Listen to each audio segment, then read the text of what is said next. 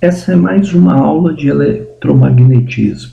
Nessa aula nós vamos abordar o desenvolvimento da forma pontual da lei de Ampère. Também efetuaremos alguns comentários do teorema de Stokes, que nos permite relacionar a forma pontual da lei de Ampère, que nós vamos ver a dedução nessa aula, e a forma integral da lei de Ampère.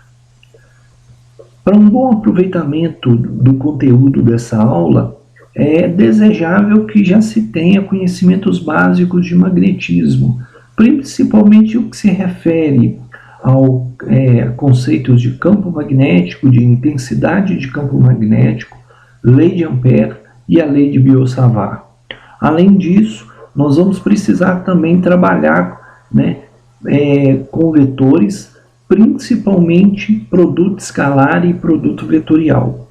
Além disso, também é desejável, também vai ser necessário conhecimentos básicos a respeito de derivação e integração. Na aula sobre lei de Ampère, que algebricamente pode ser definida pela equação apresentada nesse slide, nós vimos que a lei de Ampère ela é viável quando a gente consegue definir um percurso fechado que nos permite explorar a simetria do problema. Tá? Nós temos uma integral de linha em percurso fechado, tá? E nessa integração nós temos um produto escalar. Então, o que a gente entende por possibilidade de explorar a simetria do problema é a gente conseguir definir um percurso fechado no qual, em qualquer ponto, em qualquer deslocamento infinitesimal, o vetor intensidade de campo magnético sempre possui módulo constante. Além disso, a gente necessita que o ângulo entre o vetor intensidade de campo magnético e o vetor deslocamento infinitesimal seja constante ao longo de todo o percurso. Dessa forma, a gente consegue converter essa equação vetorial numa equação em que a gente vai trabalhar com o módulo desses vetores e o menor ângulo entre os mesmos. Caso a gente não consiga definir um percurso, um caminho fechado, em que é possível se conseguir essas características ou esses requisitos que nós acabamos de mencionar, essa integral pode ficar muito complicada de se resolver. Assim, a lei de Ampère, nessa forma integral, ela pode ser impraticável de ser resolvida. Ou, no mínimo, nós temos uma integral muito complicada de ser resolvida. Quando a gente analisou a lei de Gauss, nós vimos que, mesmo quando a gente não conseguia definir uma superfície gaussiana em que fosse possível explorar alguma simetria do problema, a gente pôde encontrar uma forma pontual para a lei de Gauss, em que, mesmo quando a gente não consegue ter uma informação completa a respeito da densidade de fluxo elétrico numa dada região, a gente consegue obter informações sobre o comportamento dessa densidade de fluxo elétrico em um ponto.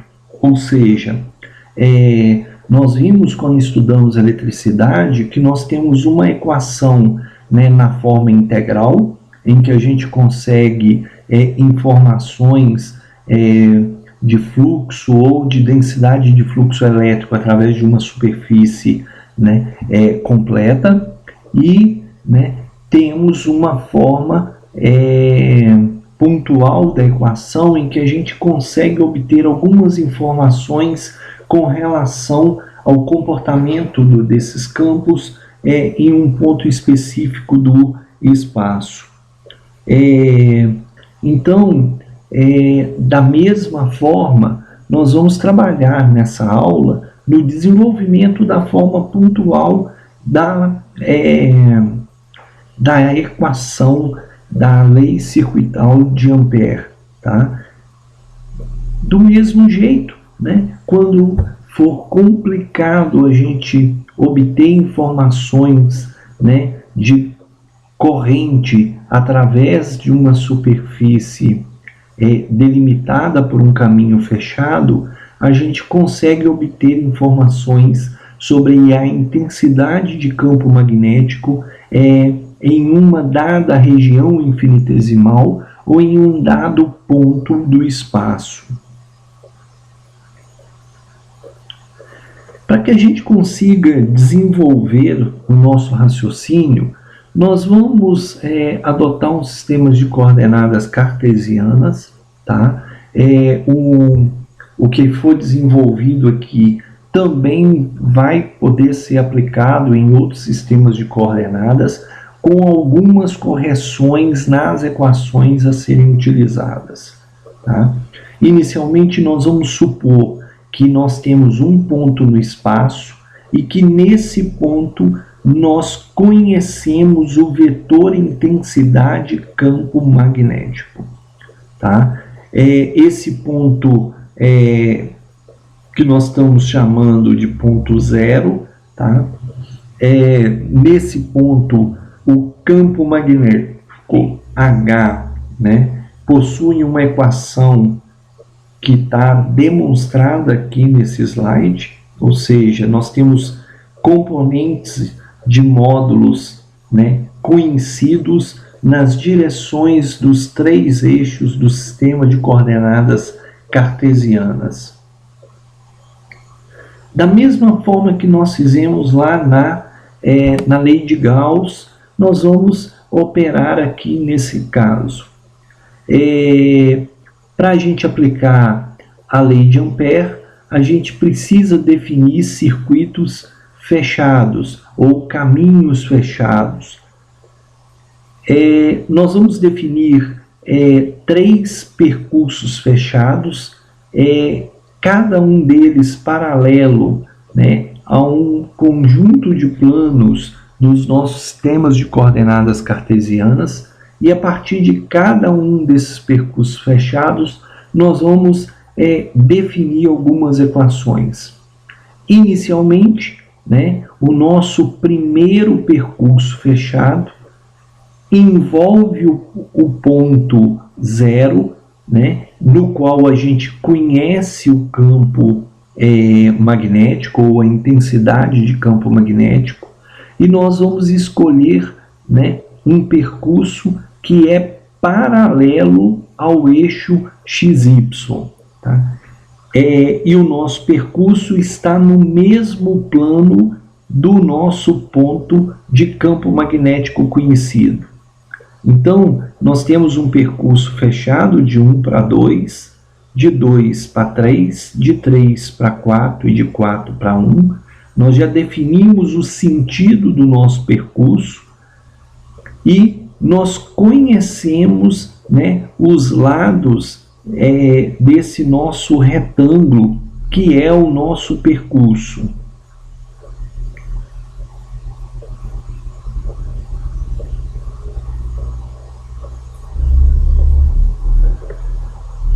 O nosso objetivo é o quê? É calcular, né, o valor da integral da equação da lei de Ampère. Tá? Essa integral é uma integral em um percurso fechado, de 1 para 2, para 3, para 4, de novo para 1. Agora vejam bem, nesse nosso percurso, Em cada lado do retângulo, nós temos algumas condições especiais. Por exemplo, entre o lado 1 e o lado 2, o nosso deslocamento sempre é feito na direção do eixo Y.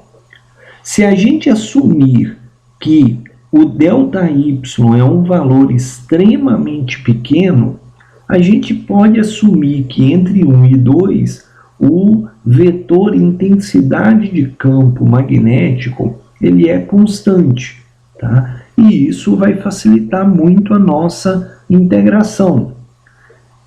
A mesma consideração a gente pode fazer em relação aos outros 3 lados do nosso retângulo, né, que é o nosso caminho fechado. Então, com estas considerações, a nossa integral do percurso completo pode ser dividido em 4 integrais, cada uma para um dos lados do nosso retângulo. Então, a integral no circuito fechado vai ser a soma da integral, né, do produto escalar HDL para o trecho de 1 para 2, de 2 para 3, de 3 para 4 e de 4 para 1. Então, ao invés de uma única integral, nós teremos 4 mais facilmente calculável. Bem, vamos então calcular o valor da integral em cada um desses trechos. Nós pegamos, né, apenas o cálculo, né, do produto escalar de H e dl no trecho 1,2. Muito bem, no trecho 1,2, o vetor intensidade de campo magnético vai ter um valor, né, que pode ser escrito em função de suas componentes na direção dos eixos coordenados. O nosso deslocamento sempre vai ser de 1 para 2, ou seja, sempre vai ter um módulo dy, né, porque nós estamos trabalhando na direção do eixo y, vezes o vetor unitário na direção do eixo y, que é o AY. Muito bem, esse produto escalar aqui, né, usando a definição de produto escalar, o único resultado do produto escalar vai ser a componente y do primeiro vetor, que é H12y, e multiplicado pelo dy. Então, esse produto escalar vai nos resultar nessa equação. Conforme nós dissemos, a nossa distância, esse lado de 1 para 2, ele é infinitesimal. Então, a gente pode assumir que o H12 ele é constante. Então, ele pode sair da integral. A nossa integral vai ser simplesmente a integral de dy, que é, né, a soma de todos os segmentos infinitesimais no lado 1,2, que, obviamente, tem que nos fornecer o ΔY. Muito bem, o H12 é o quê? Né? A gente pode escrever ele como o campo, né, a intensidade de campo magnético no ponto em que a gente conhece esse vetor, intensidade de campo magnético. Então, vai ser o campo magnético no ponto 0, mais, né, a distância entre esse ponto 0 ao lado 1,2, que vai ser a metade do lado ΔX, então, meio de ΔX, vezes quanto varia o campo magnético na direção Y, né, quando nós variamos o valor de x. Então, o nosso campo magnético no ponto 1,2 vai ser o campo magnético no ponto 0 né, mais a distância entre o ponto 0 e o ponto 1, 2, né, ou lado 1, 2, vezes quanto varia o campo magnético na direção y quando nós caminhamos na direção x. Isso vezes o ΔY. O meio é uma constante, ela pode passar, né? Nós só demos uma ajeitada na equação, então nós temos, né, nessa última equação, nessa linha, né, é uma aproximação para a integral, né, do produto escalar do vetor intensidade de campo magnético e o vetor deslocamento infinitesimal para o lado 1, 2.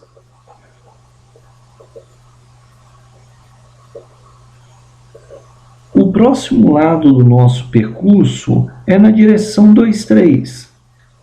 De novo, né, a integral de HDL para o lado 2, 3 vai ser o produto escalar do campo magnético no lado 2, 3. Mais uma vez, como o lado 2, 3 é extremamente pequeno, a gente pode assumir que o campo magnético ele é constante nesse lado 2, 3.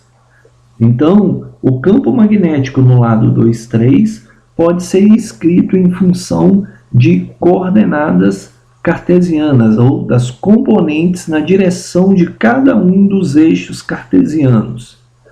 O nosso deslocamento no lado 2, 3 vai ser na direção do eixo x, ou seja, vai ser um deslocamento infinitesimal dx, na direção do eixo x negativo.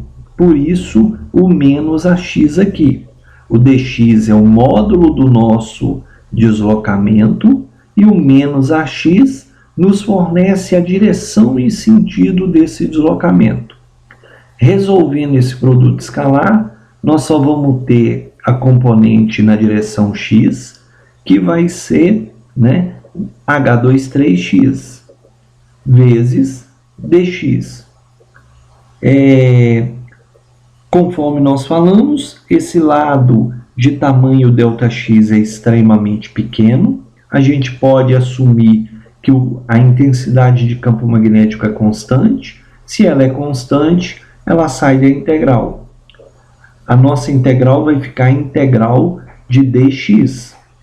A soma de todos os deslocamentos infinitesimais no lado 2, 3 vai nos dar o tamanho do lado 2, 3, que é ΔX. Muito bem.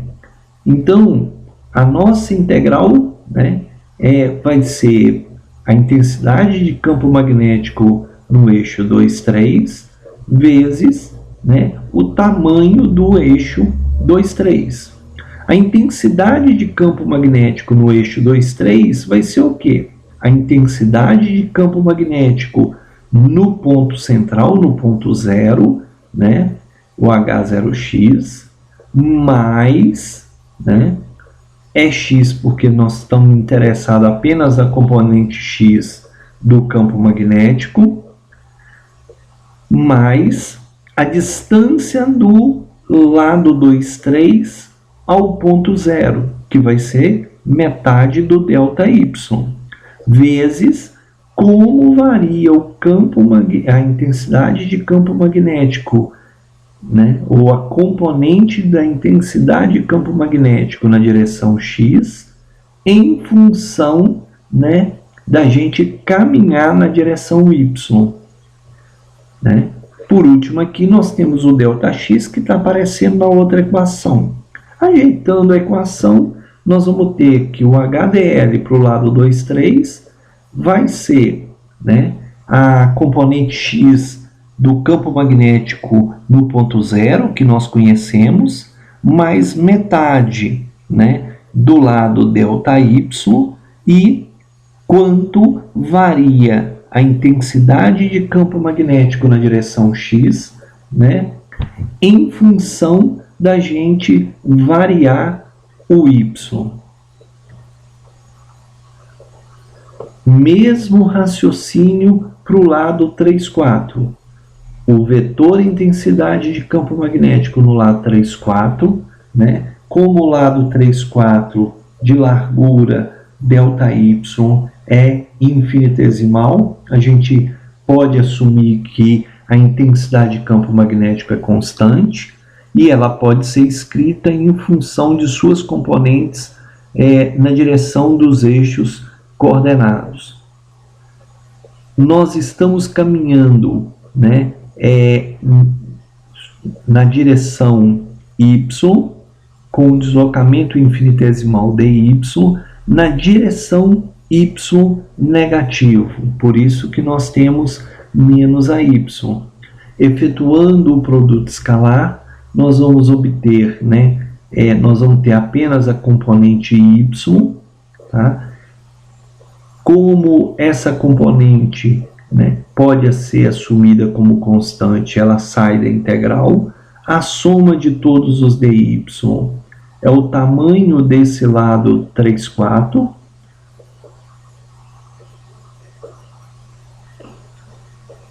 o campo magnético na direção 3,4 pode ser escrito como o campo magnético no ponto zero, mais a distância entre o ponto zero e o lado 3,4, que é ΔX sobre 2, vezes como varia o campo magnético na direção y quando a gente varia o x. Ajeitando essa equação, nós temos a última equação mostrada nesse slide. Por último, né, raciocínio semelhante pode ser feito com relação ao último lado do retângulo, ao último trecho do nosso percurso. Esse trecho é extremamente pequeno, né, de lado ΔX, então a gente pode assumir que o campo magnético, ou a intensidade de campo magnético, ela é constante ao longo do lado 4,1. Com isso, o nosso deslocamento é feito,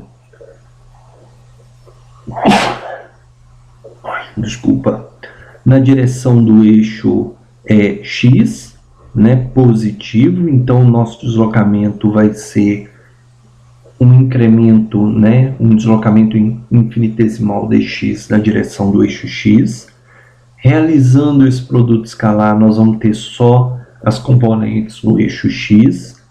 Campo magnético constante sai da integral. O campo magnético no lado 4,1 pode ser escrito em função do campo magnético no centro, né, no nosso ponto conhecido 0, menos, né, a distância entre o ponto 0 e o lado 4,1, que é ΔY sobre 2, vezes a taxa de variação de h de x, né, ou como varia o campo na direção x, quando nós variamos o y. Por último, nós temos a última equação aí, que nada mais é do que uma ajeitada na equação da penúltima linha apresentada. Bem, com isso nós temos o valor da integral para cada um dos lados do nosso retângulo, e conforme nós vimos inicialmente, a integral em todo o percurso é a soma das integrais em cada um dos lados do nosso percurso. Com isso, a nossa integral ela pode, né, ser escrita através da soma dessas 4 equações. O resultado está apresentado em destaque aqui nesse slide.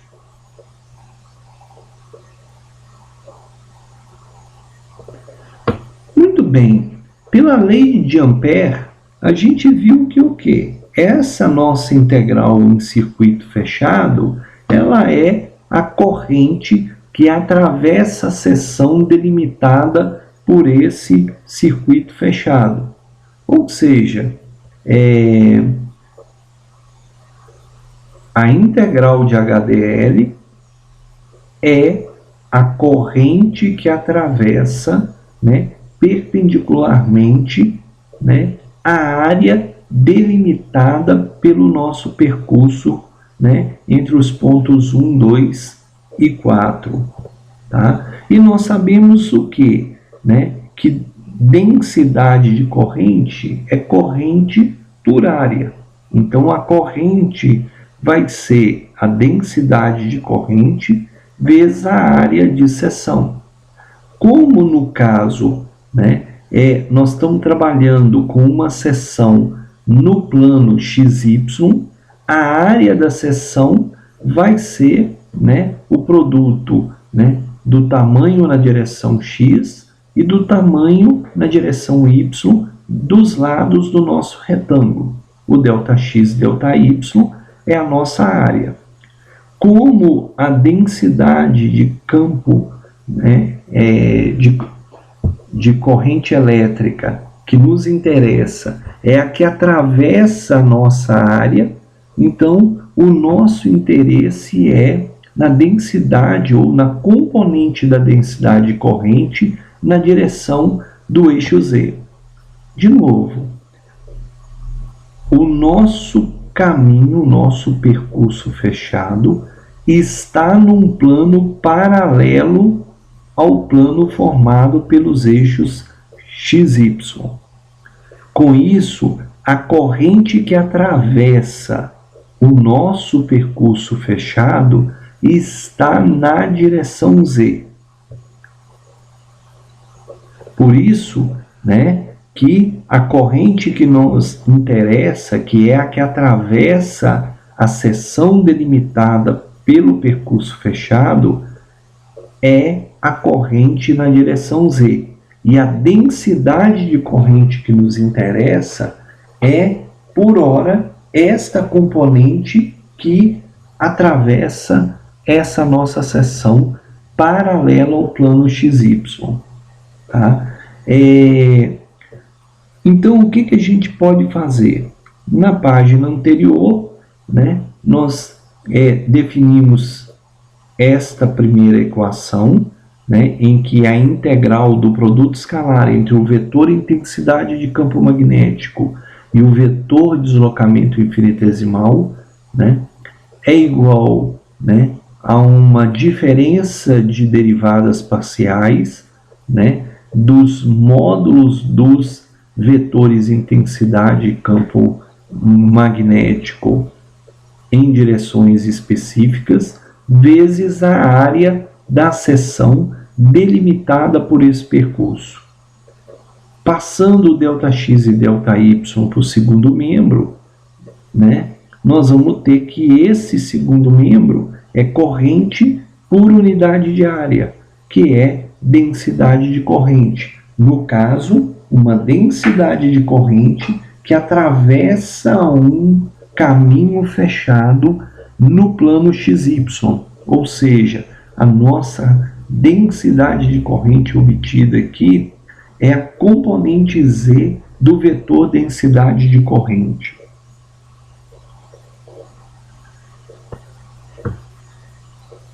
Pela equação destacada, né, se nós fizermos, né, os lados do nosso retângulo, né, tenderem para zero, ou seja, serem extremamente pequenos, tendendo para zero, nós vamos ter que a densidade de corrente, ou a componente da densidade de corrente na direção Z, vai ser igual à derivada parcial da componente y do vetor intensidade de campo magnético na direção x, menos a derivada parcial, né, da componente x do vetor intensidade de campo magnético na direção y. Então, nós, quando fazemos a área da seção tender a zero, nós saímos de uma aproximação para uma igualdade. No raciocínio que nós fizemos, nós utilizamos uma um percurso fechado paralelo ao plano XY. A gente pode fazer o mesmo raciocínio utilizando percursos fechados, agora paralelos às superfícies delimitadas, né, pelos eixos XZ, ou paralelos ao plano YZ, seguindo exatamente os mesmos passos das nossas definições anteriores, ou seja, né, definimos um percurso fechado, né, ao invés de calcular uma integral em todo o percurso fechado, nós calculamos em cada um dos lados, né, e ao final a gente soma, né, os resultados obtidos para cada um dos lados para obter nossa equação final. Por último, nós fazemos a área da seção tender a zero, de forma a obter a componente, né, do vetor densidade de corrente que atravessa a seção delimitada, né, pelo nosso percurso fechado. A mesma coisa é feita aqui. E aí nós vamos omitir nessa aula, né, o desenvolvimento das componentes x e y do vetor densidade de campo magnético. Mas a gente pode ver que cada uma dessas densidades de corrente depende de componentes, né, ou da taxa de variação, né, das componentes dos vetores, do vetor intensidade de campo magnético, né, em dadas direções. Então, em destaque aqui no início desse slide, nós temos como a gente pode obter as componentes z, x e y do vetor densidade de campo magnético, e a gente sabe que o vetor densidade de corrente elétrica, né, vai ser igual à soma das componentes nas direções dos eixos coordenados. É exatamente o que nós fizemos aqui. A componente x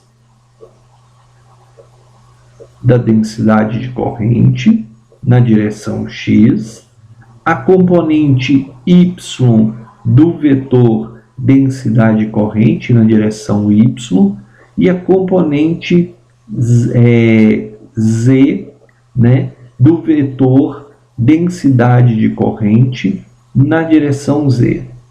Bem, se a gente lembrar lá das aulas de cálculo, esta equação aqui é a equação para cálculo do rotacional, ou seja, o vetor densidade de corrente é igual, né, ao vetor resultante do rotacional da intensidade de campo magnético.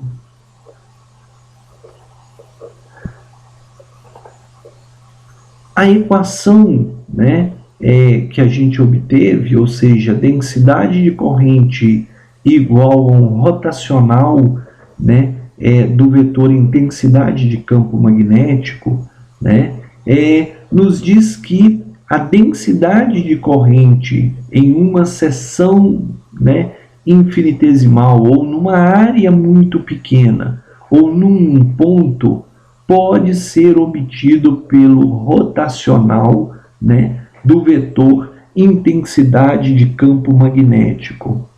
Está em destaque nessa página que a gente tem que lembrar que a forma de calcular o rotacional varia de acordo com os sistemas de coordenadas cartesianas que a gente está utilizando. Então, a equação do rotacional não vai ser a mesma se a gente estiver utilizando, né, um sistema de coordenadas cartesianas, ou um sistema de coordenadas cilíndricas, ou esférica, ou qualquer outro. Então, a gente tem que ter, né, cuidado na hora de efetuar o cálculo de rotacional, né? Verificar o sistema de coordenadas que a gente está utilizando e utilizar um conjunto de equações, né, adequados para o sistema de coordenadas em uso. O rotacional ele pode ser escrito como uma circulação por unidade área. O que é importante para nós é que, né, a resultante, no caso, o vetor densidade de corrente, sempre vai ser um vetor normal ao plano formado pelo percurso fechado. Tá?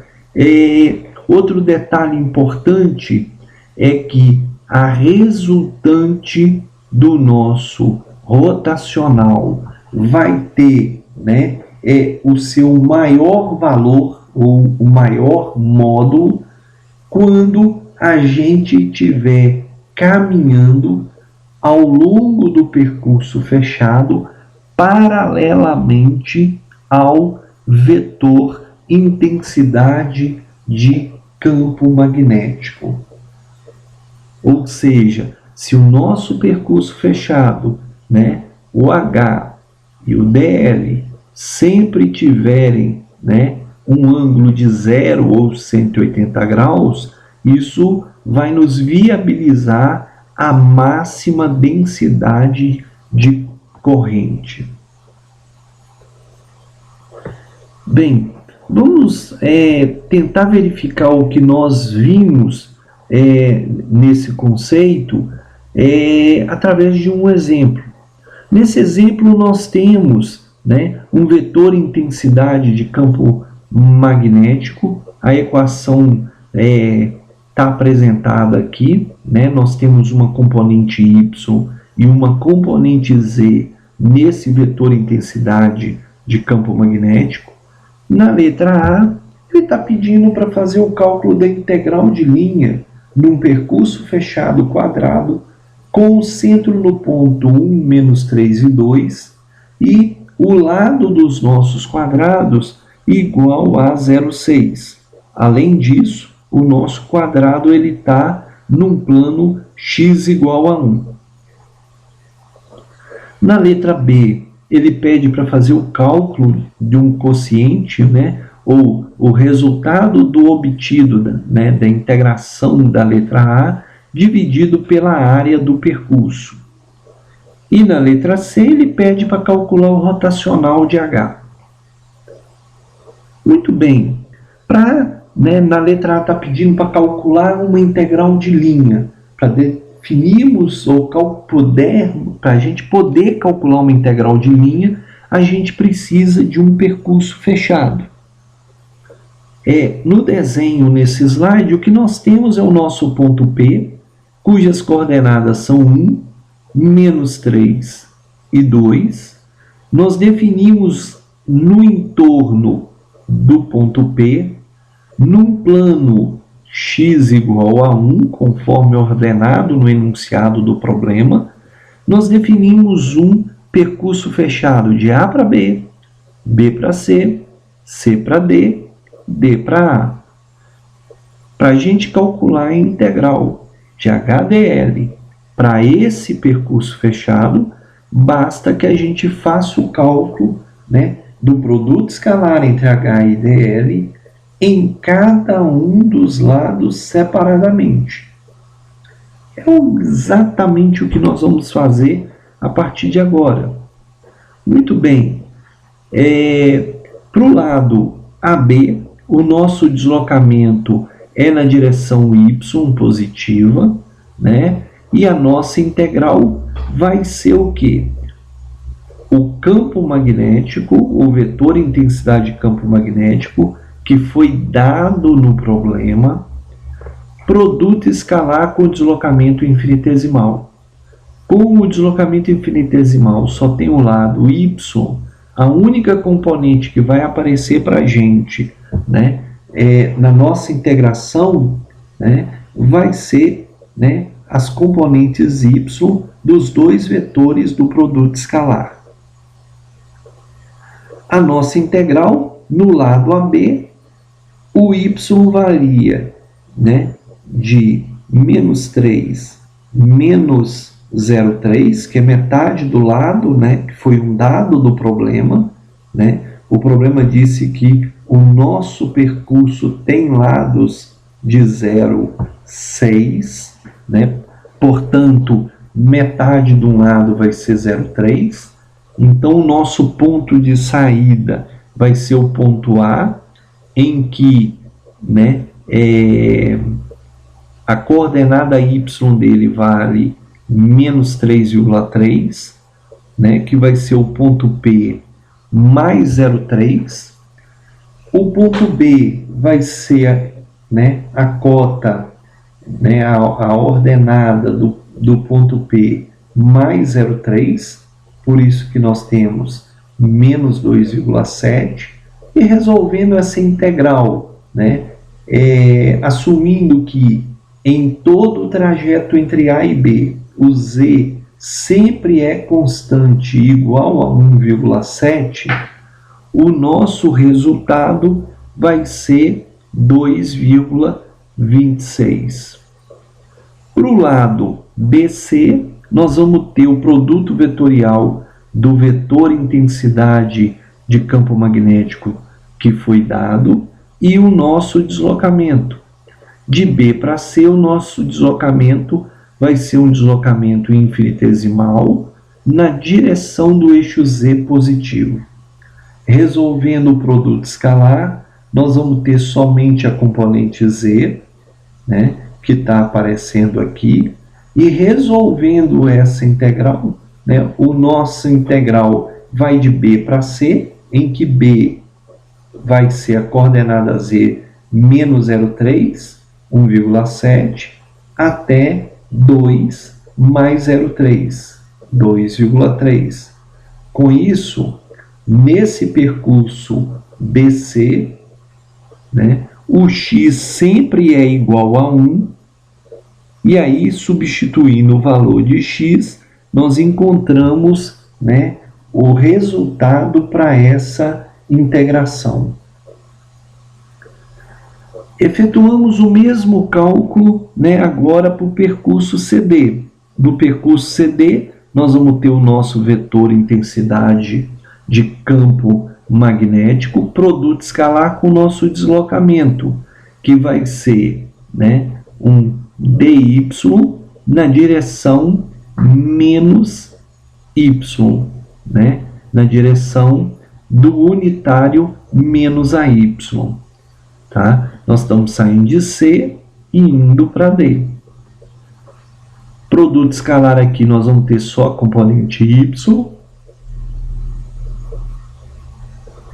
O nosso Y, ele está variando de menos 3,3 a menos 2,7. Com isso, a gente obtém, né, o Z na equação, nesse lado, sempre vai ser 2,3. E o resultado da nossa equação está apresentado aí quando Z é igual a 2,3, que vai ser menos 0,597. Por último, a gente calcula a integral no último lado do nosso retângulo, de D para A. Né? Nesse caso, nós vamos ter um produto escalar e o nosso deslocamento está na direção menos AZ, é um deslocamento infinitesimal dz na direção menos AZ. Resolvendo a integral, né, substituindo o valor de x igual a 1 na equação, porque nesse plano x igual a 1, nós vamos obter um valor de 5,4 para a integral. A integral no percurso fechado vai ser igual à integral obtida em cada um dos ângulos. Efetuando o cálculo, né, nós obtivemos esses valores todos anteriormente, nós vamos obter que a integral do produto escalar, intensidade de campo magnético e deslocamento infinitesimal vai ser 1,429, que é a resposta para a letra A do problema.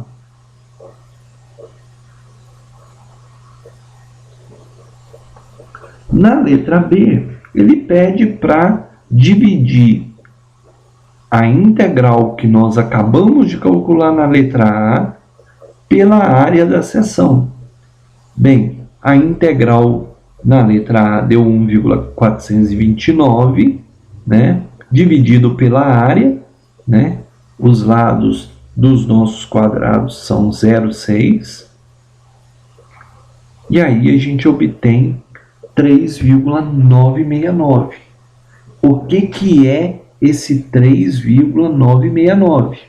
Olha bem, nós vimos lá atrás que na hora que a gente divide a integral pela área, nós estamos obtendo uma componente específica do vetor densidade de corrente. Então, isso quer dizer que esse resultado que nós obtivemos aqui é a densidade de corrente, né, que atravessa a seção delimitada pelo percurso, né, definido, né, e essa densidade de corrente é a componente na direção x. Na letra C do problema, foi pedido que a gente calculasse, né, o rotacional do nosso vetor H. Conforme visto, né, já foi mencionado, para a gente calcular o rotacional, a gente, em coordenadas cartesianas, nós temos essa equação aqui. Nós vamos aplicar ela. O nosso vetor H tem essa equação. O rotacional, nós temos que fazer essas operações. Então, vamos lá. Para a gente obter a componente na direção x, a gente precisa derivar a componente h de z em função a y. A nossa componente h de z é essa aqui. Em relação a y, ela é uma constante, então a derivada parcial dela em relação a y vai dar zero. Aí nós pegamos a componente y do vetor e derivamos em relação a z. A derivada está apresentada aqui, menos x mais 2 ao quadrado. Temos lá a nossa componente x. Segundo membro, nós vamos ter que pegar a componente x do nosso vetor h, que não existe, por isso que ele é zero, menos a derivada da componente z, que é x mais 2 ao quadrado, em relação a x. Por último, nós temos que pegar a componente y do vetor e derivar ela em relação a x. Derivamos ela em relação a x. Tomamos a componente x do nosso vetor, que é zero, e derivamos ele em relação a y. Combinando essas equações aqui, a gente chega, né, para essa equação aqui do rotacional.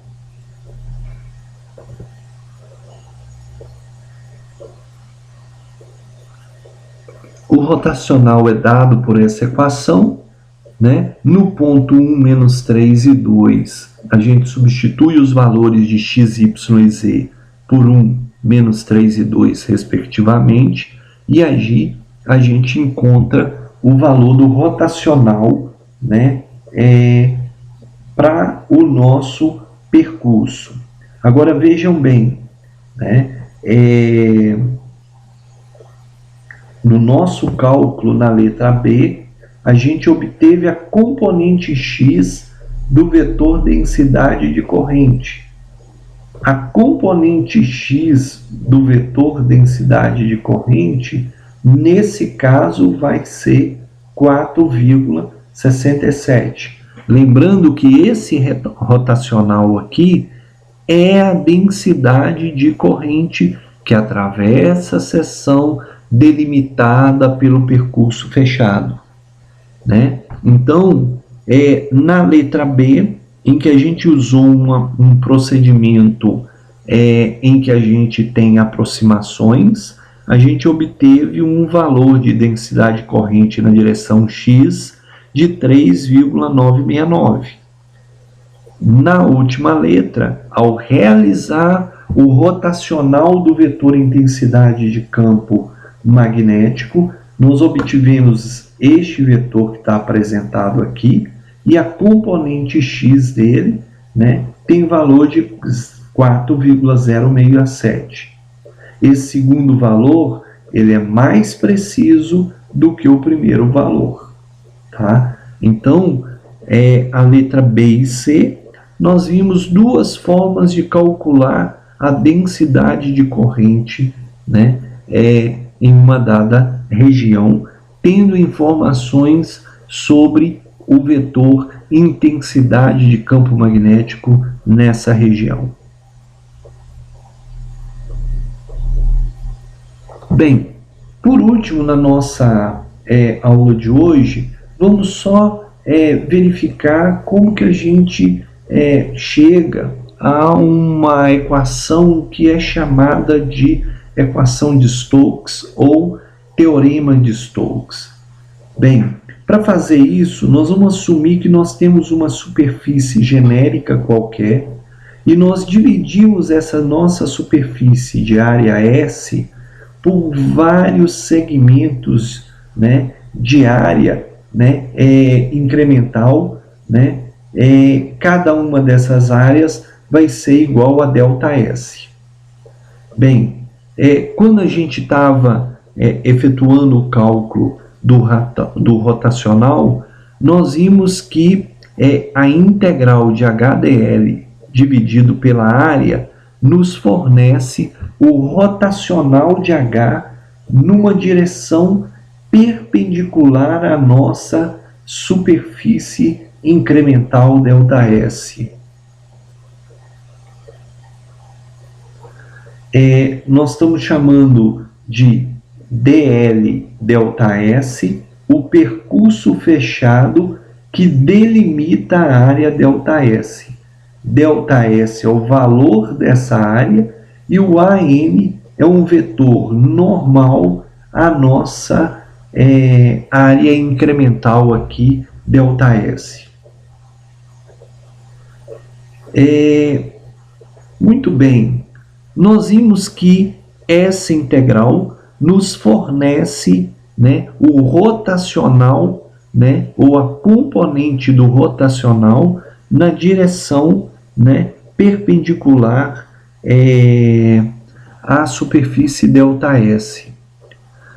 Muito bem, eu dizer que eu tenho, né, a componente de um vetor em uma dada direção é a mesma coisa de eu pegar o vetor, né, que no caso é resultante de um rotacional, e fazer um produto escalar na direção do nosso vetor normal. Ou seja, ao efetuar esse produto escalar, nós vamos achar a projeção da resultante do rotacional na direção, né, da normal à superfície.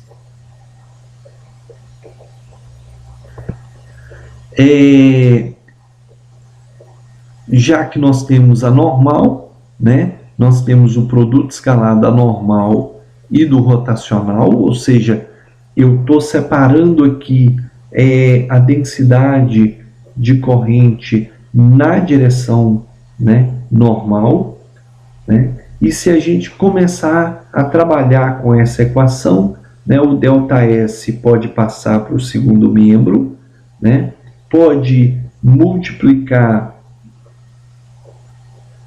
o vetor unitário na direção normal à área ΔS, né? Esse ΔS na direção normal a gente pode chamar de vetor ΔS. Bem, o que é esse vetor ΔS? É um vetor que tem como módulo a área da nossa superfície incremental e tem a direção e sentido do vetor normal a essa superfície. Muito bem, nós fizemos esse cálculo apenas para uma das seções ΔS na nossa superfície total. Na hora que a gente começar a fazer essa integral para todas as superfícies incrementais na superfície S, o que vai acontecer, né? Por exemplo, ao calcularmos a integral HDL para essa superfície laranja, né? Na hora que a gente estiver fazendo uma integral numa superfície incremental num vizinho da nossa superfície ΔS original, que no caso é a laranja aqui na figura, né? A integral de uma superfície e de sua vizinha no lado que supera as duas sempre vai nos retornar um resultado com sinais trocados, ou seja, eles vão se cancelar. Então, o que vai acontecer? Na hora que a gente fizer a soma das integrais de percurso fechado para todas as áreas incrementais ΔS na nossa superfície, né, os deslocamentos que não vão se anular são aqueles que correspondem ao perímetro externo da nossa área, da nossa superfície delimitada. Então, a integral de HDL, né, vai ser igual à soma de todos os percursos infinitesimais na superfície S. E é essa equação que é chamada de teorema de Stokes, né? Basicamente, o que a gente tem é que a integral de uma superfície ou de um percurso fechado, né, do vetor intensidade de campo magnético e vetor deslocamento infinitesimal é igual a uma integral de superfície do rotacional do vetor intensidade de campo magnético.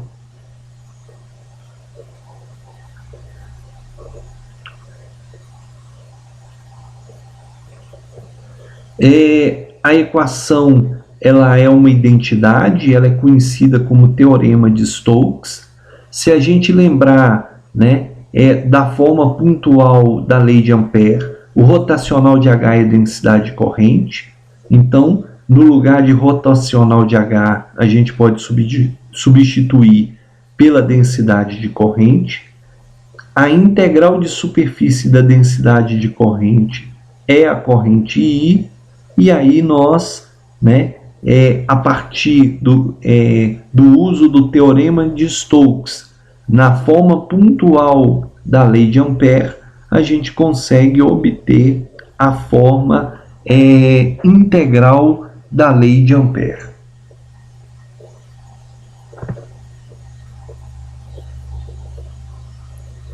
Com isso, nós encerramos essa aula a respeito da forma pontual da lei de Ampère.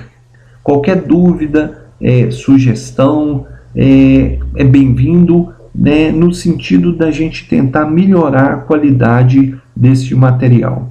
Muito obrigado.